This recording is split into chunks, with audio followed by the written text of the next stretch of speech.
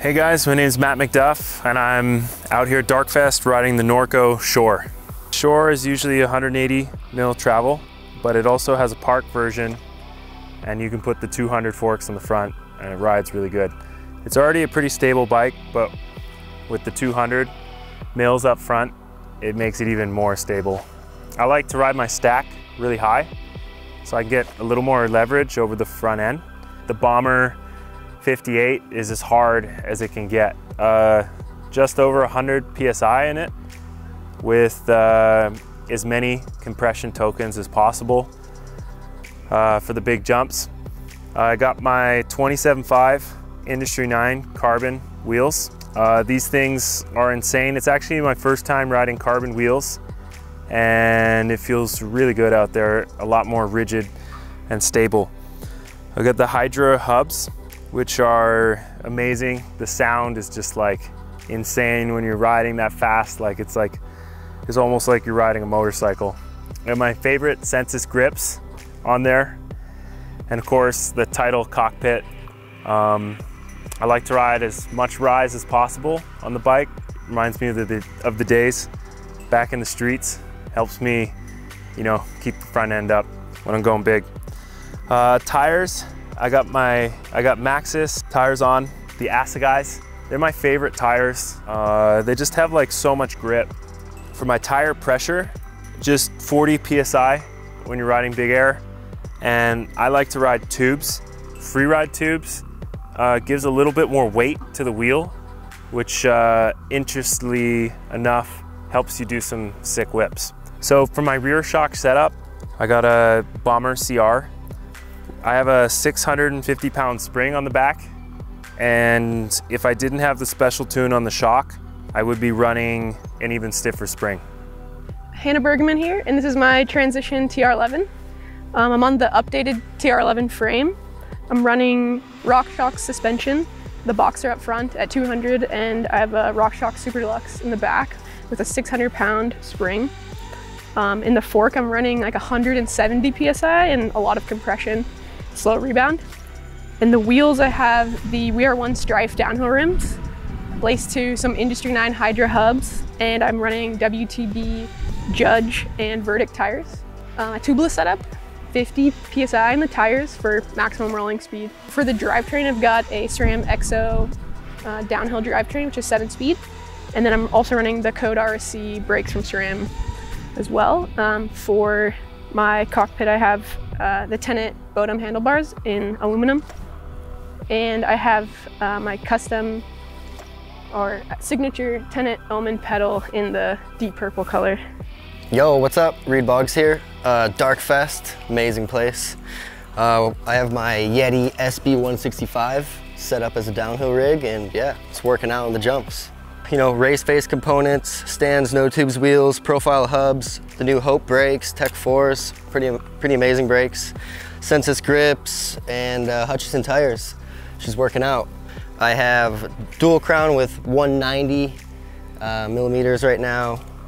Let's see, there's 95 PSI, max volume spacers, 40 PSI in the tires, and yeah. It's working out, man. I'm so stoked on it. I'm carrying a lot of speed, feels light in the air, and it's just perfect. So stoked, favorite bike. Yeah, this 165 frame is carbon. You know, I like having a light bike. It helps me with tricks and stuff in the air. I think it makes sense to run the 27.5 here just to carry your speed and stuff. With 26, you might be working for it a little more, and I know the majority is 27 right now, so yeah, I think that's the move. Yeah, my setup right now is similar to Rampage. Just single speed, heavy, slow rebound, but I actually put on a 600 coil instead of 550 for Rampage, and then a little more PSI, just because the jumps here, you just want to carry your speed, so you don't want to go through the travel as much. You just want to use a little bit of it, so. What's up, guys? Nicholi Rogatkin here. We're out here in Stellenbosch, South Africa for the 2022 edition of Darkfest. Here I have my Beast Specialized demo. Super stoked on this one. First time riding a 29er downhill bike. I've got a mullet set up, mullet on the head, mullet on the bike as well. 29 in the front, 27.5 in the back. S3 frame. I was thinking about riding the S2, the smallest one, you know, because I love doing the rotations, I love doing the tricks on the downhill bike. But it's the S3 Beast, so the second smallest size, but been loving it so far. So up front here, I got my Spank spike bars with Vibracore, of course, Spank stem as well. Been on Spank for ages now, trying out the Spank grips for the first time. Stoked on them so far. The bar width, I actually run it the same exact length on all my bikes for purposes of like no-handers, like suicide no-handers, tuck no-handers. I'm just used to this bar length, which is 750. These bars come 800 and then I just take 50 millimeters off. So 750 on all my bikes.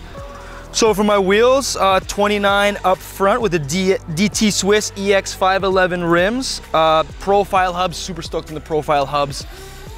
They are running insane, and obviously the one in the back sounds crazy. I am running tubes. Tubolito, I run Tubolitos on all my bikes. They're lighter, they're stronger. I chose not to go with the DH tires. These are a bit lighter. Like with a lot of things on this bike, I'm just trying to save a little weight because it is a bigger bike, but I think it feels good enough to do some wild rotations on. So about 40 PSI of pressure in the front and back. So the suspension on this bike is very stiff for this course. You want basically as stiff as you can make it for those big impacts and those steep lips. You know, they have crazy G-force. So in the front, I have the Boxer. Been running the Boxer for years now. Absolutely unreal fork. Pump it up all the way to 200, I think, for this course, because it's just got to be stiff. I had it a little less, and then after a couple runs on some of the warm-up stuff, I stiffened it up. And then in the back, I got the Super Deluxe coil. I used to run air shocks all the time, but the coil is just way more consistent. 550 in the back. Some of these guys are running a bit more, but I'm not the heaviest guy, so 550 is stiff enough for me. But it's a very stiff setup for these big beast jumps, so a lot of fun on this beast. I'm Elias Ruso, I'm 23 years old, and this is my bike check. I got this beautiful Propain Spindrift bike. I thought it was the best choice actually to ride this bike here at Darkfest, because it's very aggressive, the way it's built, the geometry itself. And I figured I'd just put in some double crown forks in there. It's got 200 millimeter travel in the front and 180 in the back, which is perfectly fine. I feel super comfy on it. This six-pack Millennium bars, the 805, I cut it down to 780 millimeters. It's a super flat bar, only 20 millimeter rise. I thought for pulling, it's better to have it a bit less rise actually. Pancho wheels and Tubolitos and Kenda tires as my wheel combination.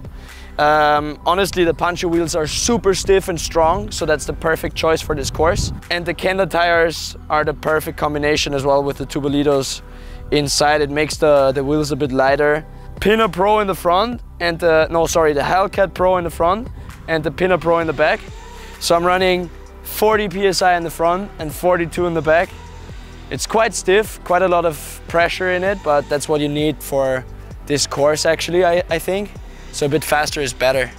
It's super stiff. I run 140 PSI in the front with a lot of tokens in the fork. And basically the rear shock is maxed out. So 350 PSI in the back. So very, very stiff. So like I said, it's a Propain Spindrift, but I chose the aluminum version of it because I crash a lot, to be honest. So if I throw the bike or just crash, I know that the bike will hold up and not be broken. So that's why I chose it instead of the carbon version. I'd say 14, 15 kilograms. It's very light. And the frame size is medium. Also, due to the fact that it's more playful,